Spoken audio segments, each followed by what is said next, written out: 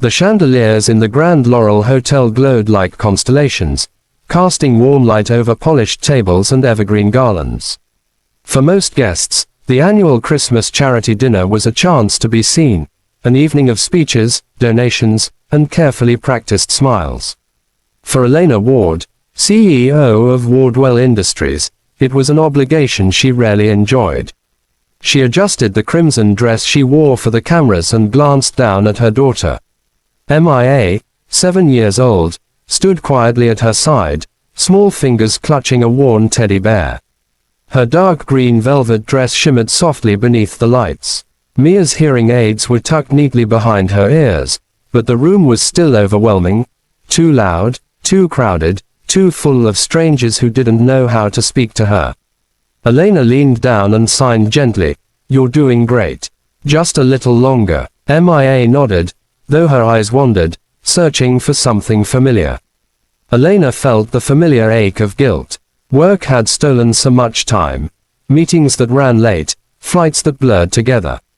Tonight, she'd promised herself she wouldn't leave Mia with a sitter again. This dinner was supposed to be festive, inclusive, safe. Instead, Mia withdrew into silence.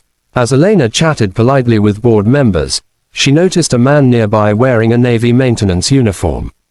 A tool belt hung at his side, and he looked wildly out of place among the tuxedos and gowns. He knelt to adjust a loose table leg, then glanced up, and froze. Mia was watching him. He hesitated, then slowly raised his hands. "Hello." Mia's face lit up. Her teddy bear slipped slightly as she stared, eyes wide. Then, cautiously, she signed back. "Hello." Elena's breath caught. The man smiled, not the stiff, professional smile Elena had perfected, but something warm and surprised, as if he'd just discovered an unexpected gift. He signed again. "What's your name?" "Mia. I'm Ben." Their hands moved carefully at first, like dancers finding the rhythm of a song. Ben asked about her teddy bear. Mia told him it was named Oliver and that he'd been with her since the hospital.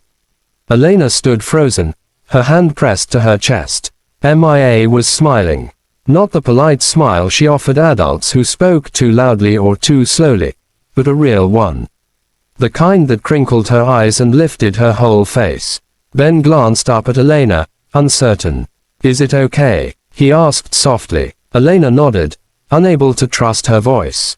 "She's incredible," Ben said, signing as he spoke so Mia could follow along. "She's teaching me new signs."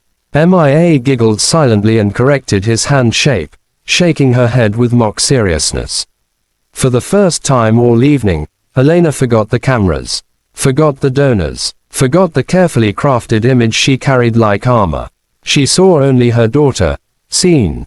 They talked for several minutes. Mia told Ben she loved drawing snowmen. Ben signed that he had a son, Noah, who was 8 and loved dinosaurs. Mia's eyes sparkled with interest.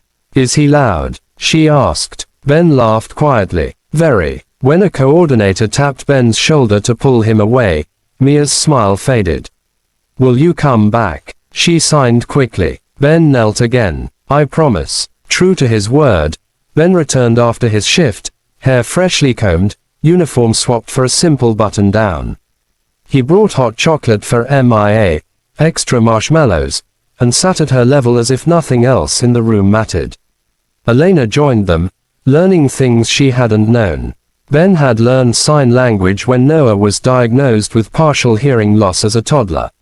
He worked 2 jobs, took night classes, and practiced signs every night before bed.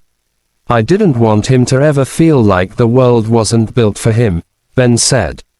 The words hit Elena harder than any quarterly report ever had. The dinner ended with applause and speeches, but Elena barely noticed. She noticed Mia's hands flying as she told Ben about school. She noticed the ease, the laughter, the way her daughter leaned forward instead of shrinking back. When it was time to leave, Mia hugged Ben tightly. "You made Christmas better," she signed. Ben swallowed. "You did too." In the car ride home, Mia rested her head against Elena's arm. "Mom," she signed sleepily, "can we see him again?" Elena looked out at the softly falling snow, then back at her daughter. Yes, she signed. I think we can. Weeks later, Elena funded a company-wide accessibility initiative, sign language classes, captioned meetings, inclusive hiring. But the real change wasn't in policy. It was at their kitchen table on Christmas morning, where MIA signed excitedly with Ben and Noah, laughter filling the room in ways Elena had once feared might never come. And in that quiet miracle, Elena learned something no boardroom had ever taught her. Sometimes, the most powerful language isn't spoken at all.